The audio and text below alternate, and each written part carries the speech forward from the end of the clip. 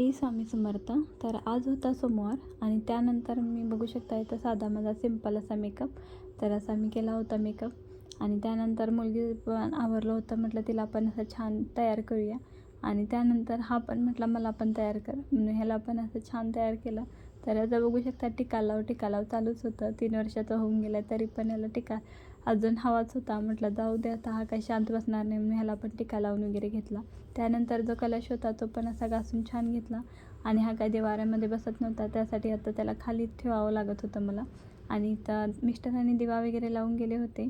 तर मी जे विभूत खरंच पूजा त्यांची मला रोज आठवण येते पूजा करताना, कारण त्यांनी विभूती वगैरे असं लावून घे म्हणून सांगितले. तेव्हापासून मी आता रोज पाळत असते तसं. आणि त्यानंतर मी इथं स्वामींचा जप करून घेतला.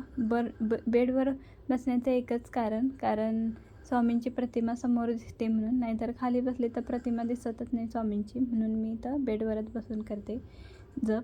आणि त्यानंतर शेवगाची भाजी आणि तांदळाची भाकरी बनवली होती मी, बघू शकता इथं. आणि बाकीचा जो पसारा राहिला होता तो बघू शकता आता किती झालेला होता.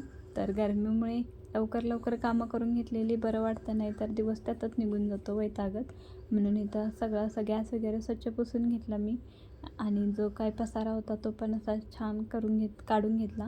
आणि त्यानंतर इथं भांडी जी होती नाश्त्याची ती पण आता मला सगळं घासून घ्यायची होती. आणि असं मी सगळी आवरली होती भांडी वगैरे, कारण पाणी पण कधी जातं आहे कधी येतं आहे काय कळतच नाही पाण्याचं पण, कारण उन्हाळा आला त्यामुळे आता जास्त पाणी पण वापरायचं आता नाहीच आहे, त्यासाठी बघू शकता. आणि त्यानंतर असं काही क्लीन केलं होतं मी, किती छान वाटत होतं बघू शकता फ्रेश. तर असू दे म्हणून एक टब वगैरे भरून ठेवला मी, गेलं तरी पाणी हात धुवायला तरी भेटते मी. त्यानंतर दुपारचा स्वयंपाक मी कुकर वगैरे लावून घेतला होता आणि इथं फरशी वगैरे सगळं आवरलं होतं मी आणि मुलगीचा टिफिन वगैरे भरून घेतला होता. आणि इथं बघू शकता सगळं आवरल्यानंतर माझी राहिली होती ती रांगोळी आता. तर छोटीशी अशी उंबरठ्यावर रांगोळी काढून घेतली. त्यानंतर एवढं काम केलं, म्हटलं आता पाणी आपण प्यायलाच पाहिजे, म्हणून म्हटलं मुलगी म्हटली आता मला लिंबू सरबत करून दे. तर तिला पण दिलं आणि आम्ही पण घेतलो मुलग्याने आणि मी. आणि असं टी व्ही बघत असं चालू होतं.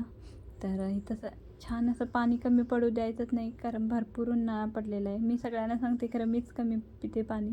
तर त्यानंतर बघू शकता इथं मुलगीला स्कूलला सोडायचं होतं, तिला आवरलं वगैरे असं छान आणि असं आवरून घेतलं तिला. तर बघू शकता. आणि त्यानंतर माझं पण आवरायचं होतं, मी पण आवरून घेतलं. आणि आता उन्हाळा भरपूर वाढलेला आहे आणि केस पण धुतले होते आणि त्यात मला डोकेदुखीचा भरपूर त्रास आहे, म्हणून मी आता डोक्याला बांधून घेतलं होतं असं. आणि बघू शकता ऊन किती आहे. तर बघू शकता या बिचाऱ्याचे किती हाल होत असतात. याला दीदीला सोडायचं जायचं असतं, रोज आणायला पण संध्याकाळचं जातो आणि सोडायला पण जातो उन्हातान्हाचं. तर किती हाल होत असतील बिचाऱ्याचे.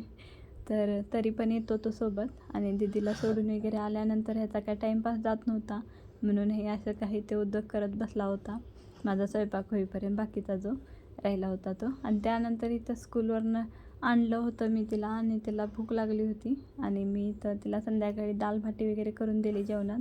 तर असा होता आजचा व्लॉग. कसा वाटला नक्की सांगा. Bye bye friends.